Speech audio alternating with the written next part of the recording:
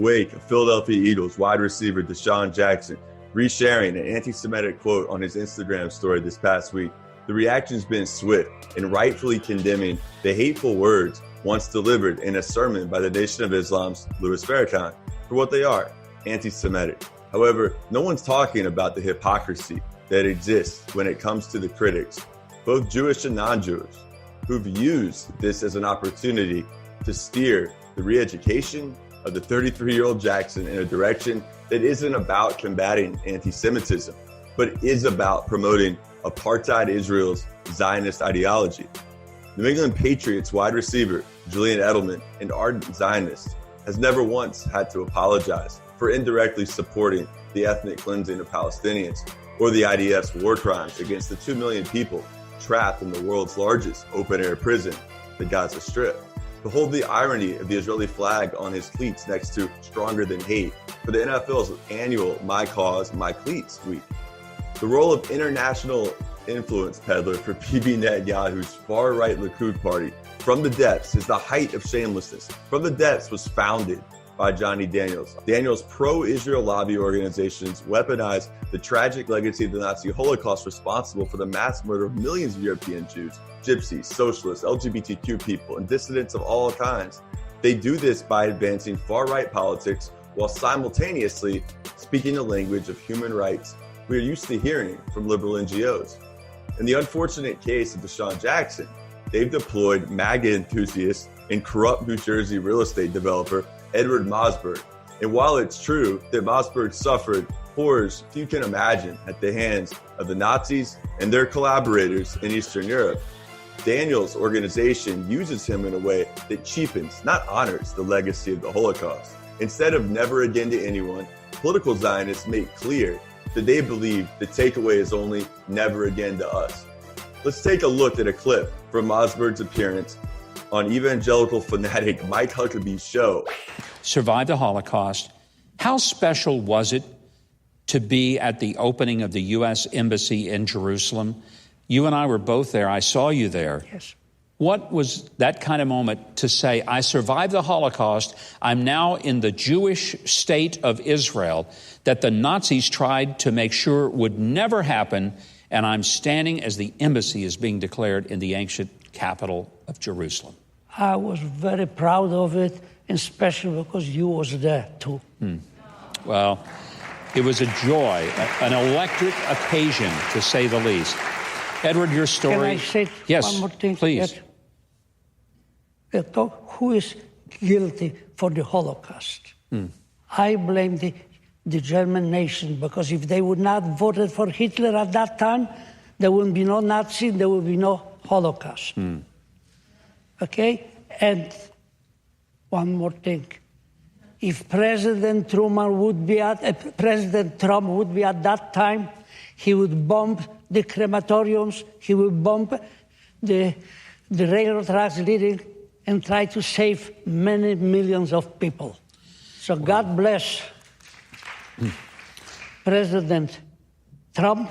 What stands out to me is Mosberg wearing his concentration camp uniform to plug for Trumpian politics and speak in glowing terms about having attended the opening of the illegally relocated U.S. Embassy to Israel in Jerusalem.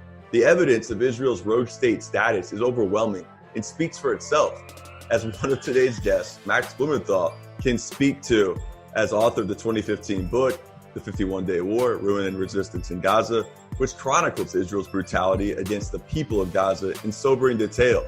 For 51 days in the summer of 2014, Israel executed Operation Protective Edge against the people of Gaza, during which Max compiled irrefutable evidence of Israel's aggressor status in the onslaught and war crimes so brazen they would shock even the most jaded of cynics. Power dynamics, rarely mentioned in Western media, favor Israel to such an extent that this carnage can only be characterized accurately as a conquest, not a conflict. Palestinians are even denied sovereignty over the territory that's ostensibly their own. According to the 1993 Oslo Accords, sovereignty without the right to form a military for the common defense is an illusion, and Israel has shown it will stop at nothing to prevent indigenous Palestinians from achieving equal democratic rights in their own homeland. Some democracy, huh?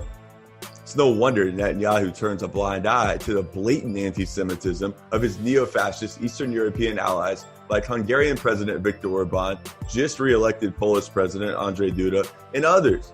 How could this be? It's simple. Strengthening political Zionism supersedes all other considerations. As long as a world leader supports Israel on the international stage, anti-Semitism in their own countries is at best a secondary concern. For Netanyahu, Jonny Daniels, Edward Mosberg, Michael Oren, and many others. The focus never was about, quote, coming together or building bridges. All right, Desean Jackson stepped in a major way. In the midst of a pandemic, all right, it sidelined live sports like we've never before seen in modern history. Consequently, Jackson's become a lightning rod, and deservingly so up to a point. But make no mistake, the PR offensive being led, advanced by the far-right Israel lobby outfit from the depths, is cynical opportunism wrapped up in the woke language of post-George Floyd anti-racist discourse. The idea that Jackson, a black man from Compton, needs to learn about anti-Semitism from those who enthusiastically support the racist policies of Trump and Netanyahu is offensive, to say the least. There are countless Jews, academics, intellectuals, and religious leaders he can meet with and learn a great deal from. So why is it that Jonny Daniels and Edward Mosberg have prominent roles in the re-education and reformation of Desean Jackson?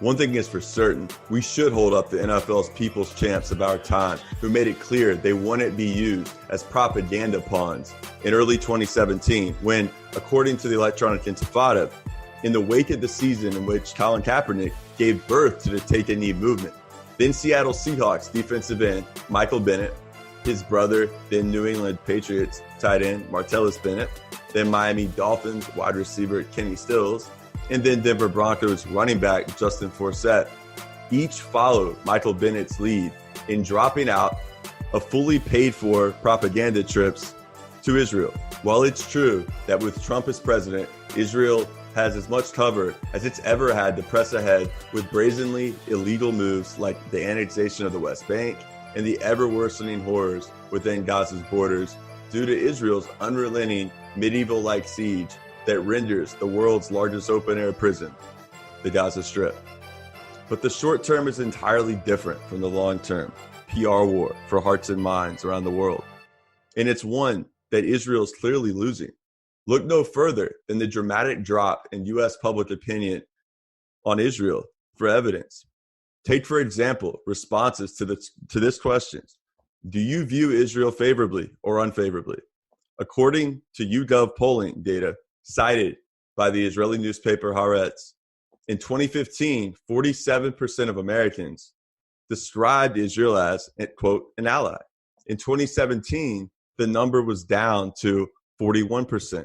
And in 2018, and in a 2018 poll, that is, the figure is even lower at 37%.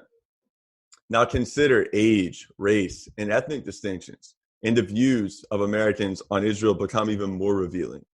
Only 25% of those 18 to 29 years of age said that Israel was an ally, compared to 55% of those over 65. 43% of whites viewed Israel as an ally, compared to only 19% of African Americans and 22% of Hispanics. These numbers certainly bring into context a paradoxical reality of our times. Israel's ethnocratic Zionist ideology being both as strong and as weak as ever. All right. Now I want to bring in my co-host of Redspin Sports, Michael Sampson, with the Jacksonville Community Action Committee, where they've been working to develop a police accountability council that can bring real teeth to actually convicting and bringing charges and convicting killer cops, such as what you saw in Minneapolis and all over the country. Be something such as Civilian Police Accountability Review Board that could have real teeth. So he's been actively working on that, and we're excited to have Mike back today.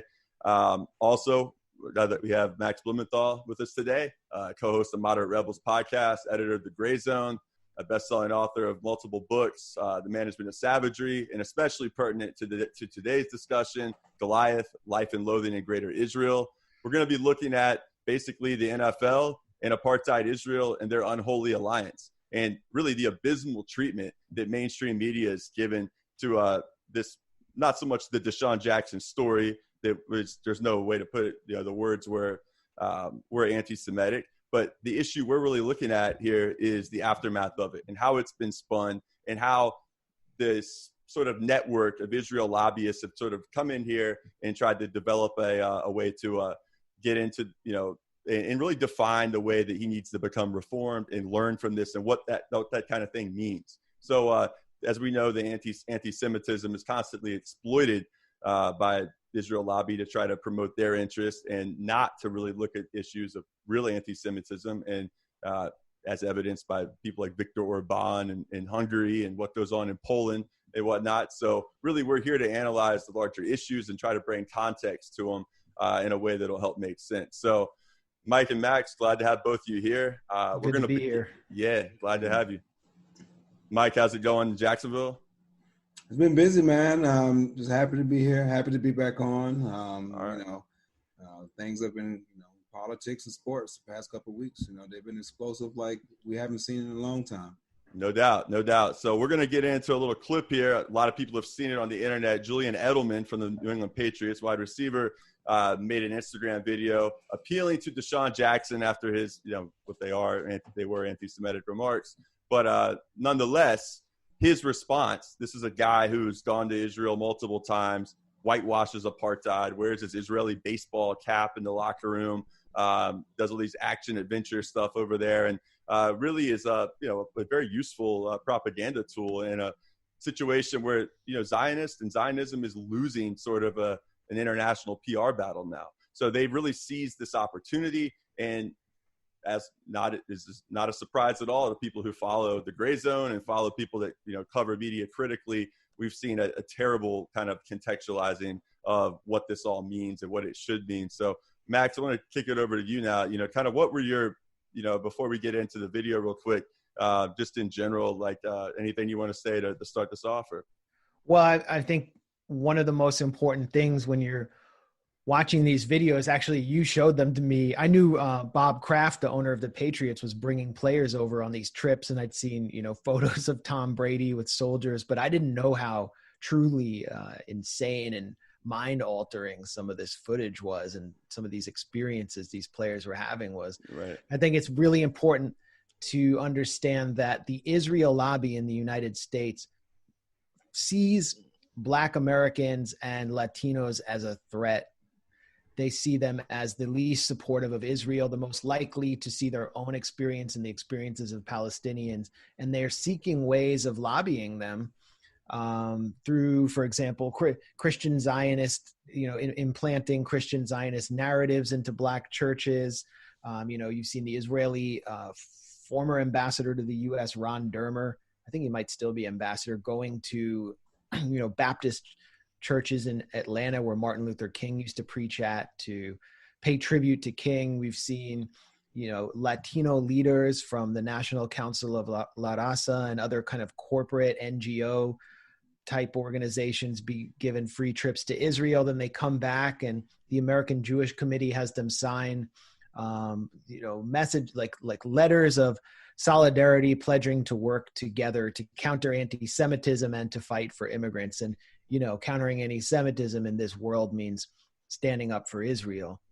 And it's the same, at AIPAC. I did a video on AIPAC several years ago. And while I was documenting what was going on outside the DC Convention Center where AIPAC was being held, the biggest gathering of the Israel lobby annually, I was meeting all of these student presidents from historically Black colleges and universities who had been flown out there without knowing really much about Israel and just offered a free trip to Washington and the ability to network with people. And I was asking them about Palestinians and the whole crisis. And they were sort of, it was like talking to deer in the headlights. It was really sad. And they'd been flown out through the Saban Fellows program. Haim Saban, this pro-Israel billionaire who funded Obama and Hillary. He's a Democrat. He was paying their way. So this is part of this. I mean, what you're going to see in these videos with these players is, part of lobbying professional athletes who are predominantly Black and giving them kind of biblical narratives and completely ignoring and disappearing Palestinians from the picture. Right. Appreciate it, Max. Mike, I want to pitch it over to you real quick before we get into the Edelman video, because I think you've had experiences that you probably have a lot to react to in terms of what Max just said. So why don't you just pick it up there? No, it kind of goes on the Malcolm X had a criticism of the Israel lobby back in when you had the original formations of the African Union. It was, I believe it was called neo-dollarism. He phrased it how the Israel lobby at that time with emerging African nations was using that as an opportunity to extend aid, to give a lot of, the hand of friendship in the event that, these would be the particular partners for the Israel lobby in the future to move forward and push forth their plans to expand as part of the greater Israel plan, of course, which includes, continuing to colonize nations around the state of Israel. So this is part of a greater strategy that has been in existence with the Israel lobby for decades. And as Max brought up, these HBCU presidents, the Israel lobby has identified that these historically Black university student government leaders will potentially become the next, Black House of Representative reps, or the Black senators, or Black politicians who have a huge influence in the Black community.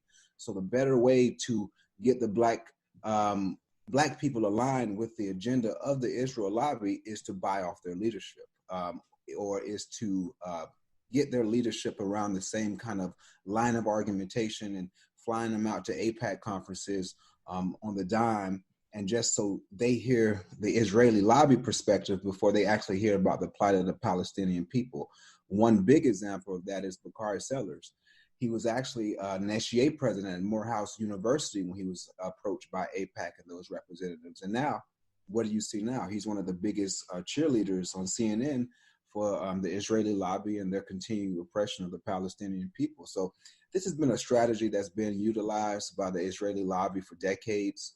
They know the power of the Black voice here in the United States of America, and the better way to kind of neutralize that threat and to kind of neutralize oppressed people like Black people and Palestinian people all coming together to kind of push back against U.S. imperialism and its proxies in Israel is to get that support from the Black politicians and kind of, in a very weird way, sort of make sure that these Black politicians like a John Lewis or other Black elected officials support the agenda of the Israeli lobby and don't show that solidarity with the Palestinian people. Like, right. If Black people and Palestinian people were all showing solidarity together, we could have a huge impact on pushing back against U.S. The imperialist project of the United States, as well as the Israeli lobby. Right. And you could even speak to there's been plenty of examples, both of you know about, of Black politicians, Black leaders who have taken that stand and they've paid the price for it in a major way, even if it's not, a stand that we would consider radical, but just even mild. It just shows the complete and utter control that, the AIPAC and the other arms of the Israel lobby has over the government. Bakari Sellers, I hate to admit on a personal note, when I was at the University of South Carolina, was a 22-year-old state representative that I had a chance to. His father was my professor, the kind of legendary Cleveland Sellers from SNCC, and it really breaks my heart to see the kind of trajectory his son has taken. But nonetheless, he has, and he's made those choices for himself. So anyways, we're going to go ahead and real quick go ahead and check the Julian Edelman video out, and then on the back end, we'll react. So I've been getting hit up by everyone asking me about this Desean Jackson post, and I wanted to take some time before I responded because it's a complicated issue, and I wanted to be thoughtful. I wrote down some of my thinking. I've seen Desean play in his career, make outstanding football plays. We've communicated over social media. I've got nothing but respect for his game. I know he said some ugly things, but I do see an opportunity to have a conversation. I'm proud of my Jewish heritage, and for me, it's not just about religion. It's about community and culture as well. I'm unusual because I didn't identify as Jewish until later in my life. Whenever I encountered hatred, it never really felt like it was aimed at me. It was only after I was part of this community that I learned how destructive hate is. Anti-Semitism is one of the oldest forms of hatred. It's rooted in ignorance and fear. I remember experiencing a little bit of this hate in 2011 when I was called a kike on the football field. There's no room for anti-Semitism in this world. Even though we're talking about anti-Semitism, I don't want to distract from how important the Black Lives Matter movement is and how we need to stay behind it. I think the Black and Jewish communities have a lot of similarities. One unfortunate similarity is that they are both attacked by the ignorant and the hateful. It's really hard to see the challenges a community can face when you're not part of it. So what we need to do is we need to listen, we need to learn, we need to act. We need to have those uncomfortable conversations if we're going to have real change. So to that end, Desean, let's do a deal. How about we go to DC and I take you to the Holocaust Museum, and then you take me to the Museum of African American History and Culture. Afterwards, we grab some burgers and we have those uncomfortable conversations. This world needs a little more love, compassion, and empathy. Take care. The thing that really stuck out at me there is he's wearing a hat that says Jew. Does it say Jets or Jew? JE11. That's his brand that he sells it looks like gear his hat for. Says, okay, man. It looks like his hat says Jew. Well, maybe he's going for a little double entendre there, with it's weird. And then he's got, the Magen David, the Star of David necklace on, and he's really playing up his Jewish identity. He says he came to being a Jew later in life because, honestly, in Jewish American culture, there's this reverence for any Jewish athlete they can find because there aren't that many Jewish professional athletes. Hank Greenberg from the Detroit Tigers was lionized. Yeah, there used to be because Bob, there used to be in the days of Bob Cousy in the NBA when Jews were coming in the country and they still lived in packed urban settings and they were, more blue collar. But, in my family, people started going to college and, business or whatever. And that's been the American Jewish experience. So there aren't that many Jewish athletes and he's one of the few in the NFL. So he, by playing up his Jewish identity, it becomes a marketing point and Jews all become, super worshipful of him. But, the most absurd thing about what he said, aside from the kind of equation of the situation of white Jewish people in the U.S. with the Black American condition or situation, which is just a completely ignores power relations, is that he invites Desean Jackson to go to the Holocaust Museum, and then he pledges to go to the Museum of African American History, as if the Holocaust Museum is a museum of Jewish history, when it's not. There was a conscious decision made, a political decision that was made to not have a museum of American Jewish history, which would have been awesome because we've made so many achievements in this country and accomplished so much and contributed so much to the culture, and to instead have this kind of monument to Jewish genocide that occurred thousands of miles away in Europe. And that institution has been heavily politicized. As I wrote in a recent piece about Syria, their Committee on Conscience is filled with neoconservative warmongers like Elliot Abrams, who's a straight up Iran-Contra felon. And the museum has been used as a forum to push sanctions on Syria. So Edelman is offering Desean Jackson a heavily politicized experience where, Jewish culture will be seen through the framework of genocide, whereas African American culture, while slavery is acknowledged in that museum, is, he's going to experience it in its totality, and it won't be that striking to him, especially, when you're a pro athlete and you're around Black Americans all the time, you kind of learn some things about the culture anyway. So really, this is just about disciplining Desean Jackson. He's not offering anything from his own side. Right. And just sort of ad lib, I just thought I got to pop in because it's like with Desean Jackson, look, what he said is anti-Semitic. There's no doubt about it. But let's just try to look at the context. And I know there's going to be some people that will accuse me of like, oh, even doing that is unforgivable. You hear all the people saying he, quoted Hitler, right? And he just kind of repeating that as if like he consciously gets on there and just decides, I'm going to like find an Adolf Hitler quote and just share it. Because, that's a good headline for our mainstream media. Our clickbait media, all right? They want that. Desean Jackson likes Hitler, right? I mean, it's a joke. I think it was from a sermon that Farrakhan gave. And it's like a lot of people in this time of like this pandemic and being locked down and routines obliterated are like trying to learn more things. Like, I mean, Mike, you played ball at a high school inner city high school in Jacksonville, similar, our same hometowns. And there's a lot of athletes that grow up in the jock culture that, being an intellectual is not really a thing. And Desean Jackson is like grew up in Compton, California, in LA. And, I'm not making assumptions that he's not smart, but I'm just saying that like he might be diving in, trying to explore things. Right. And he made a mistake. Right. But this whole analogy, the way that he's it's being framed as if the oppression of American Jews is analogous to, like within this country to the Black American experience of national oppression. And the look at the stats, just mass incarceration, the way interactions with police, housing. I mean, all these different metrics. It's not even an opinion, right? I mean, Jews have obviously been treated horribly, like historically in Europe, pogroms, anti-Semitic pogroms, the Nazis, horrific stuff. But like this equation, as if it's like, oh, well, let's just both see how we're oppressed. Like, I mean, it's problematic to say the least. And Mike, go ahead. I'm sorry, I didn't mean to steal your role. No, I think it's a very, when you look at it, who's responsible for, let's say, the anti-Semitic shootings that have been happening. It's been white nationalists who also support Donald Trump in the White House and U.S. imperialist projects.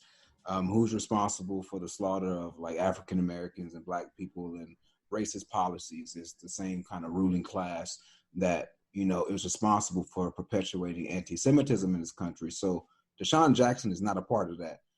Individuals, like you said, when you have folks who have, let's say, a criticism of the power structure and have this innate issue with like how society is running, of course they'll go to sources and knowledge bases. I mean, that's why 25% of the country believes that the Illuminati is the ruling force that kind of just, that runs the country, you know what I mean? Or believes in all these different conspiracy theories. And of course, these conspiracy theories aren't true, but it just reflects a yearning for knowledge from people like a Desean Jackson who, what he said was definitely inappropriate. I wouldn't have definitely Instagrammed that. I mean, and, he's dealing with the consequences of that, I guess, right now. But like you said, it's kind of a false equivalency that exists that, kind of has to be struggled through. And what, of course, the Zionist lobby is using that as an opportunity to possibly recruit Desean Jackson into the ranks, so he can be the one that's putting forth that narrative that they want to put out.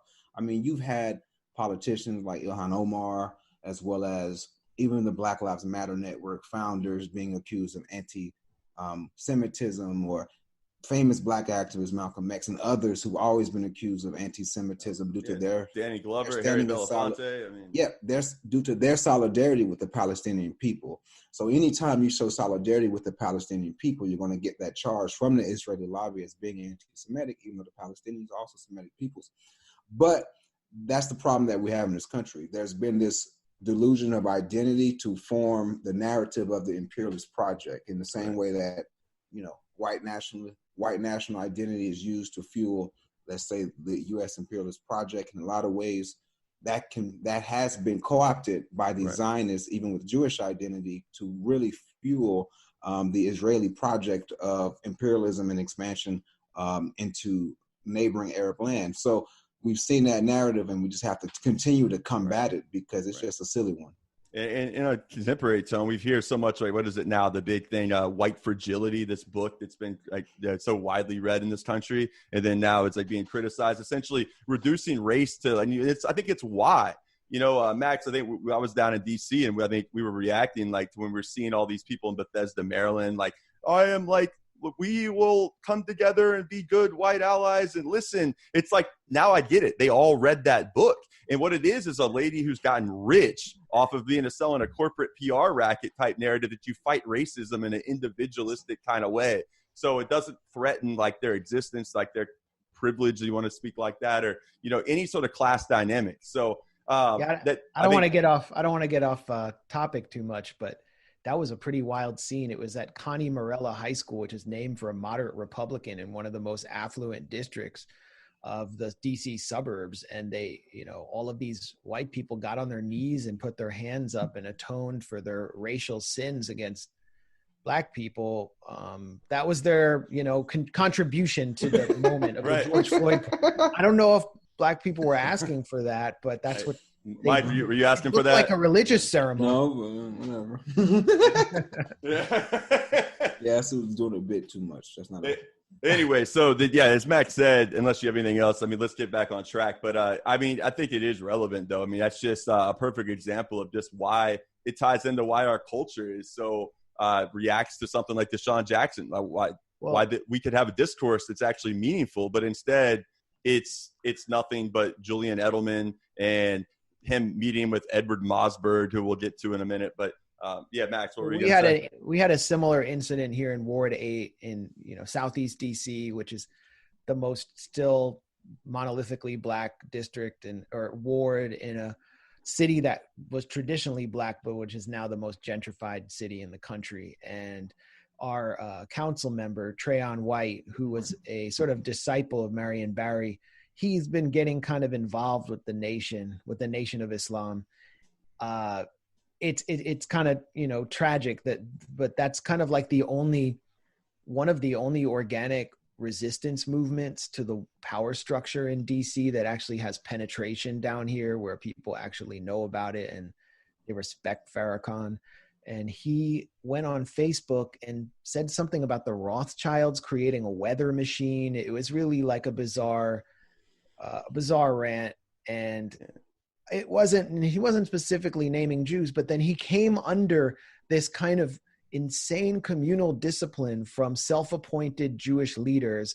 He was a rabbi from the suburbs, not from the suburbs, but from a wealthy district in DC, broke into a city council meeting and just started screaming at him and accusing this young Black man of threatening his life and threatening to kill Jews and putting his family in danger.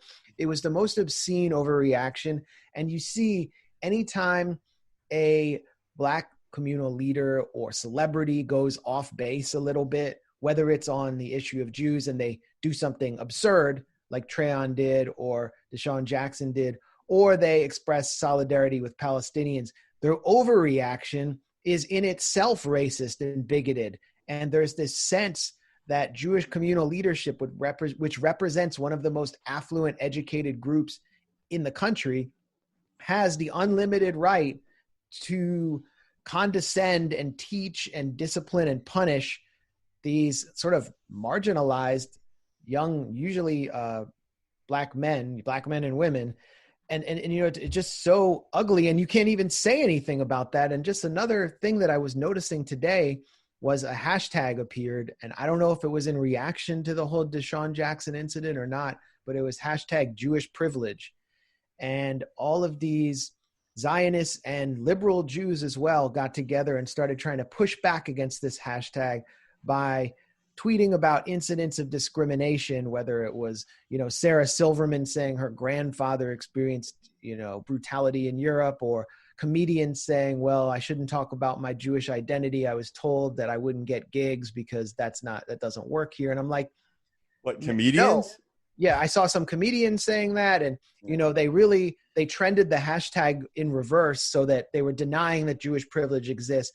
Let's just face the fact. I'm privileged because, number one, I'm white. I mean, the Jewish experience in the U.S. is we're insiders and we're outsiders because, we're part of a group that isn't, WASP, white, Christian, but we are basically a privileged group. We're super educated now. We're very generally wealthy as a community. And we have a second country that we have no actual connection to that we can go to, and we can displace Palestinians at will. In fact, Sarah Silverman's sister is a rabbi who lives in Jerusalem, I think in a home of a displaced, ethnically cleansed Arab family. So that's privilege. And in Israel, your privilege really is officially Jewish privilege. That's the essence of Zionism. But here are our privileges because we're white. So we have to constantly recognize the power imbalance. And when, even liberal American Jews try to deny their privilege, they create the opportunity for these kind of disgusting, very disturbing scenes where Black Americans who come from communities where there is no access to education or wealth are punished in a sadistic manner by Jewish communal leadership. And it only recreates and generates more anti-Semitism. Right. So, Mike, if you could, I know you're going to jump in, but you have that map behind you, and I think that's powerful. A map of it shows the Deep South, and people hear this concept of the Black Belt South, right? And what they think. I think some people probably think, oh, that means Black people. I mean, it technically means the richness of the soil, and those areas of darkness you see behind Mike's head there correspond to the highest growing, the most fertile soil for cotton, which not coincidentally are the most heavily Black populated counties of Arkansas, Louisiana, Mississippi, Alabama, Georgia there. And that really, slavery and the transatlantic slave trade created when you think of what a nation is, a sense of shared language and culture and a lot of characteristics that make up a nation. There is an oppressed nation of Black Americans that hail from there. There's a diaspora too in places like Chicago, New York, LA, all over. But maybe you could speak to that a little bit, because I think there's a lot of confusion on nationalism, especially on the left. People are afraid to talk about it. But I think we do need to talk about the distinctions between oppressive imperialist nationalism, settler colonial nationalism we see in Israel, and what we saw in South Africa, versus oppressed nationalities like Palestinians and African Americans in the United States today. And if you could, I don't know, whatever you wanted to say before that is fine, but I was hoping maybe you could give a little context on that. Yeah. I mean, let's go back to even a couple of years ago in Florida. We had, there was a politician, state senator by the name of Dwight Bullard. He actually went on a delegation to Palestine with an organization here called the Dream Defenders, in which, it was a Palestinian-led delegation. He actually lost his seat because the Zionist lobby was throwing all this BS at him, claiming that, the tour guide he was with was a former member of the PFLP and he was palling with terror, shit like that, bullshit like that. He actually lost his seat. And the Zionist lobby really united to push him out of office due to him showing support for Palestinian people and doing that delegation.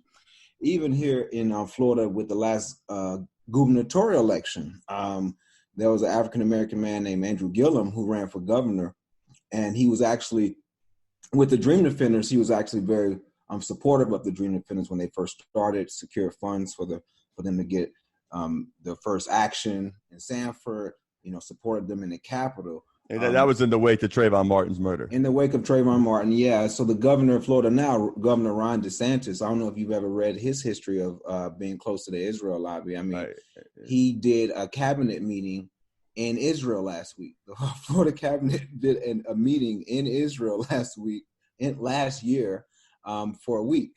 And as well, they have this scientific partnership that he's literally pushed forth with Florida universities with Israel. So you have Israeli universities that have programs in Florida public colleges and vice versa. And the crazy part is they actually pushed out the Chinese exchange program at a local university in Jacksonville in exchange. That's so fitting for this time we're in right now. It is fitting for the time, but like I was talking about, that gubernatorial race, that was a charge that the Zionist lobby labeled against Andrew Gillum as well. This young Black, he's a Democrat, centrist Democrat, but he would have been the first Black governor of Florida, and he was labeled as anti-Semitic, even though he also stood against the BDS movement. He enthusiastically supports Israel. He does, you know what I mean? But he wasn't to the liking of, because of his association with this Black liberation youth group that supports the Palestinian cause. I mean, and especially in the South, in the Black Belt, like you was talking about, Atlanta being one of those states, AIPAC lobby targeting Morehouse, targeting Clark Atlanta University, targeting these historically Black universities, which are based in the South, to really target those young emerging Black leaders who will support the Zionist lobby and all their future plans. So it's a very calculated strategy that's been put into place and has been working for a long time. But I also think the Zionist lobby is on their last leg, which is why they have to use these acts like Desean Jackson sharing like a pretty shitty Instagram post, but ballooning that to be like, oh, we're in a time of Black Lives Matter. What about all these other lives and all this shit? Like, y'all don't give a shit about, what I mean? Like, that's the narrative that they're pushing to try to use this moment in time to really support the agenda of the Zionist lobby. Absolutely. And just quickly about the Black Belt Nation, what that is, and any connections or parallels you might see with the Palestinian struggle. Oh, for sure. Like, it's our contention is a Black Belt. This is where you have the highest concentrations of African Americans in the nation. Up to 50% of the African Americans who live in this United States live in the Black Belt South, in the South. And this is also where you have large counties of a majority African American population who have also been disenfranchised from the land. There's no coincidence that in the South is also where you have the most Confederate statues existing. It's kind of like, I compare it to, Dylan Roof. He was the white supremacist mass murderer who shot into that church and murdered a lot of African American people in Charleston. Well, he had two flags. He had the Confederate flag and he had the Rhodesian flag.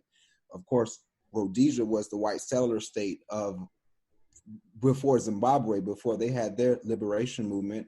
So one can literally see that the Confederacy wasn't in fact that type of state, a very racist, minority rule kind of state that used the most egregious amounts of oppression to keep slaves in line.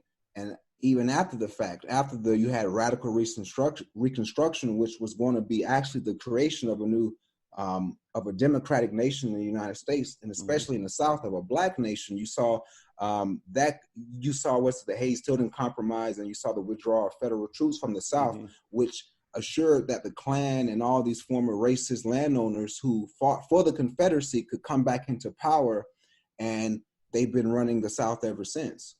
Through Jim Crow and through all these slave codes and all these other legislation. So the similarities to that with the Palestinian struggle is very much there, which is why, as a Black person myself from the South, I show solidarity with the Palestinian struggle and what they go through, because we are a part of an oppressed nation that hasn't gotten liberation, which is why, and our leadership in a lot of ways, similar to maybe in Palestine, has been bought off by the Zionist lobby in a lot of ways that folks would, in part of the Palestinian movement, would also say has existed. So that's why we stand in solidarity with each other. And that's why there's a huge emerging, and especially in the past 5 years, of this Black and Arab Palestinian solidarity, which has grown so much in the last couple of years, because Black people are becoming more knowledgeable to the oppression that other oppressed nationalities are facing worldwide. And we're kind of seeing that the same enemy that oppresses us and